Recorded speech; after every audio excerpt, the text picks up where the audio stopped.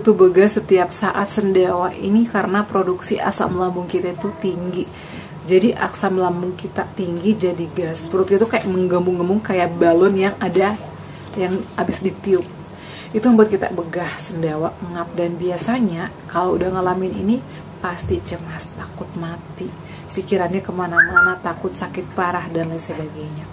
Kemudian ada yang minta rekomendasi madu apa sih yang aman atau yang paling bagus untuk menyembuhkan lambung. Ada beberapa pertanyaan yang aku bahas. Pastikan kalian nonton videonya sampai selesai. Bantu aku subscribe, like, komen, dan share.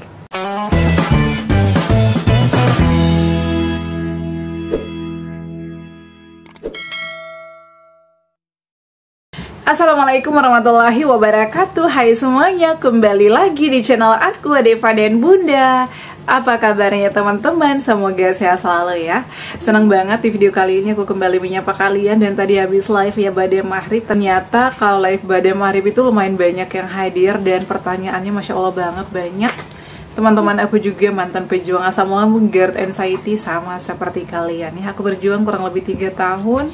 Dan hasil endoskopi aku adalah terjadi peradangan di dinding lambung aku atau gastritis. Jadi 1001 sensasi pernah aku alami. Jadi buat kalian saat ini yang masih berjuang, yang masih pemulihan, tetap semangat. Penyakit ini nggak bahaya.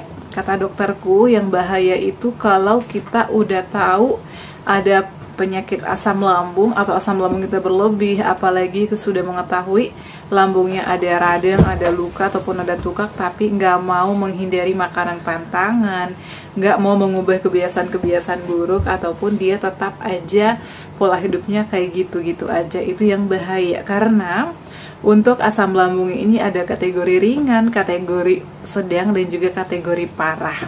Jadi kalian harus tahu nih kira-kira aku udah ada di kategori mana. Kalau aku pada saat itu udah di kategori sedang teman-teman. Dan itu perjuangan aku luar biasa banget di musim COVID-19. Aku pas endoskopi itu adalah di musim COVID-19 itu di saat puncaknya banget, yang lagi banyak di Jakarta. Tapi aku yakin setiap penyakit ada obatnya. Yang penting kita itu selalu percaya, selalu berserah diri sama Allah. Insya Allah akan diberikan solusinya dan juga jalan keluarnya. Tadi di live aku banyak sekali yang udah sembuh. Aku happy banget, alhamdulillah, aku bersyukur. Dan terima kasih banyak juga yang selalu dukung aku. Alhamdulillah aku udah 100.000 subscriber. Semoga video-video aku makin bermanfaat untuk orang banyak ya, bisa memotivasi. Karena tujuan utama aku adalah membangkitkan semangat teman-teman, memotivasi kalian. Karena aku juga pernah ada di posisi itu dan itu bisa terlewati. Penyakit ini hanya sementara. Yang penting kita udah mengubah semuanya, kebiasaan-kebiasaan buruk kita harus disiplin, pasti bisa sehat lagi, bisa aktivitas lagi seperti sedia kala. Dan agar tidak kumat-kumat atau tidak kambuh-kambuhan, kita harus tetap sadar diri. Oh ya, aku ada riwayat nih, aku pernah kena gastritis nih, aku pernah kena GERD nih. Jadi kita kalau mau makan sesuatu itu harus ingat, jangan berlebihan ya. Karena banyak ya, tadi juga ada yang komen, Bunda aku itu udah membaik beberapa bulan ini. Kemarin nyoba makan sambal langsung diare. Berarti dia makannya berlebihan. Bukannya kita itu nggak boleh makan pedas, tapi kalau misalnya kondisi lambung kita masih belum pulih, itu nanti bakalan langsung ada sensasi. Jadi harus hati-hati ya teman-teman. Tadi juga ada teman kita Kasri Hasan dari Aceh. Teman-teman dari Aceh banyak banget, Masya Allah, terima kasih ya. Kalian selalu dukung aku. Kalau mau bikin kue, mau dikirim ke Jakarta boleh. Nanti ongkirnya aku tanggung sendiri dan juga biayanya berapa, harga kuenya juga berapa, nggak apa-apa. Nanti kabarin aja ya. Karena bentar lagi momen Lebaran, Idul Fitri, kita akan memasuki bulan Ramadan. Jadi kita harus jaga kesehatan. Semoga teman-teman juga bisa sehat, menjalankan ibadah puasa dan khusyuk ibadahnya ya. Oke, langsung aja. Di video kali ini aku bakal bahas dulu pertanyaan atas nama Kak Alfi Channel. Halo, selamat malam. Malam Kak Alfi Channel. Jadi Kak Alfi Channel ini minta madu yang direkomendasikan untuk lambung. Teman-teman, aku tuh sering banget sharing kalau madu yang aku konsumsi pada saat itu adalah madu Z-Smart. Ini adalah madu yang aku konsumsi. Aku beli 9 botol. Yang aku konsumsi itu 8 botol lebih karena aku memang cocok sama madu Z-Smart ini. Emang sih banyak madu lambung yang selalu direkomendasikan oleh banyak orang, banyak review-review juga. Tapi kalau aku ditanya madu apa sih yang bagus bun, madu Z-Smack ya, karena aku tuh semenjak sakit lambung sampai pemulihan sampai sembuh, hanya madu inilah yang sering aku konsumsi. Bunda pernah nggak sih konsumsi madu yang lain kayak Freshmark, Biomark dan lain sebagainya? Jujur aku hanya konsumsi madu Z-Smack, tapi aku bukannya melarang kalian mau konsumsi merek si A, si B, si C, enggak. Jadi boleh cocok-cocokan. Kenapa aku konsumsi ini? Karena pada saat aku beli pertama kali, aku tuh langsung kenal sama adminnya. Itu di tahun 2000 berapa ya, awal-awal aku nge-YouTube tahun 2020 deh kalau nggak salah ya, tahun 2020. Jadi aku itu belum punya, udah punya YouTube tapi belum seramai sekarang. Jadi memang aku tuh beli ini pure karena aku lihat review-review orang dan aku tuh memang gak di endorse ya. Aku beli, alhamdulillah, dan pada saat itu adminnya itu baik banget. Aku kalau nanya selalu direspon. Namanya Yuda kalau nggak salah, aku masih simpan nomornya deh. Kak, kenapa ya aku pada saat konsumsi madu Z-Smack itu perut aku kayak langsung perih sama panas gitu. Ternyata itu adalah reaksinya. Dan setelah 3 hari aku konsumsi itu memang membaik. Jadi kayak, wih, ternyata benar loh. Makanya setelah 5 hari ini aku udah habis ya. Jadi botol ini karena konsumsi 3 kali sehari, 1 sendok makan, jadi cepat habisnya. Setelah 5 hari aku order lagi. Kalau misalnya uangku lagi menipis, aku racik sendiri, pakai jahe, pakai kunyit, sama pakai serai.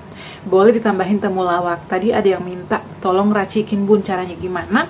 Mungkin besok ya aku cari temulawak dulu, karena di tukang sayur aku tuh jarang banget yang jual temulawak. Dan cara-cara yang lainnya sih udah ada di YouTubeku ya, di video aku, kalian boleh cek.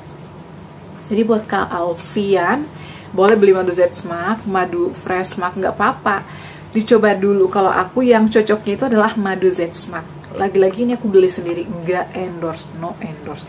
Karena pasti kalian mikir, ah itu mah endorse. Jadi aku itu dari awal sebelum YouTubeku rame sekarang, aduh, aku udah konsumsi ini.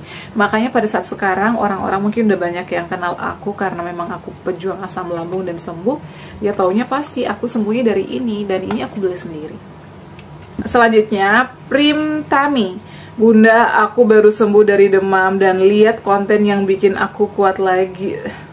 Dan terus perut nggak enak, panas, mulut asam, keringat dingin karena udah demam, jadi takut tidur. Nah teman-teman, aku itu buat konten buat menyemangati kalian, karena memang asam lambung itu nggak bahaya. Yang membuat kita selalu cemas itu lalu di pikiran. Jadi kita harus kontrol pikiran dengan cara apa?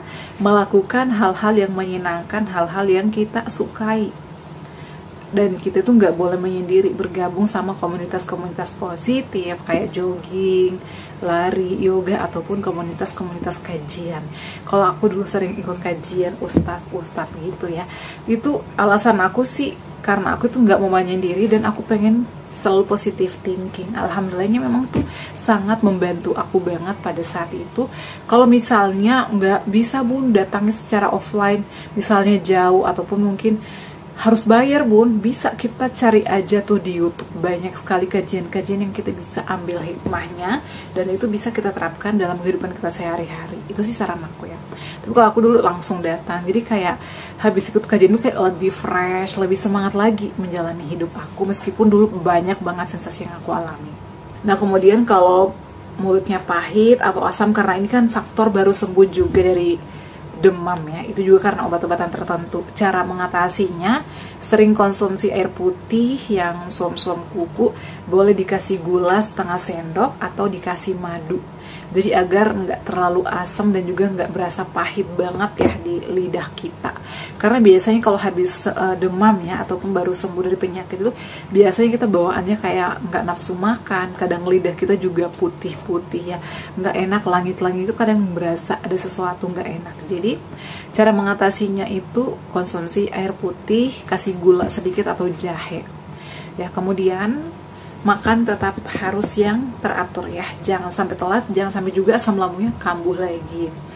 Kemudian kalau misalnya perutnya panas ini itu karena ada iritasi, ada radang biasanya ya, ataupun mungkin ada luka di lambungnya, di lambungnya. Cara mengatasinya gimana? Jadi pada saat pemulihan kakaknya konsumsinya itu tepung Garut 3 kali sehari sebelum makan sebelum makan. Jadi pagi, siang, sore. Tepung Garut aku udah pernah aku buat kemarin, kalian boleh cek di video aku belum lama, 2 hari yang lalu kayaknya. Itu adalah tepung Garut yang aku konsumsi kurang lebih 2 tahun, teman-teman.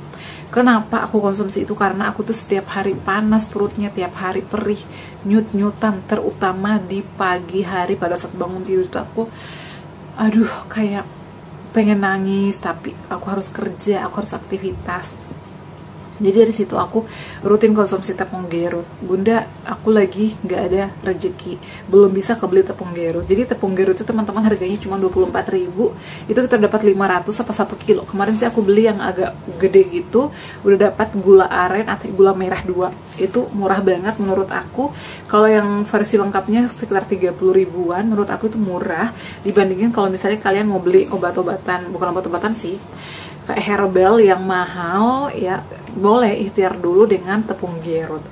Kalau misalnya nggak ada, belum ada rezeki nih bun, karena banyak sekali yang curhat sama aku, bunda, aku tuh belum bisa beli obat ini itu karena keuangan aku lagi menipis atau belum ada rezeki. Kalian coba ikhtiar dengan air beras ya, namanya itu air tajin. Itu dokter Zaidul Akbar aja menyarankan itu ya.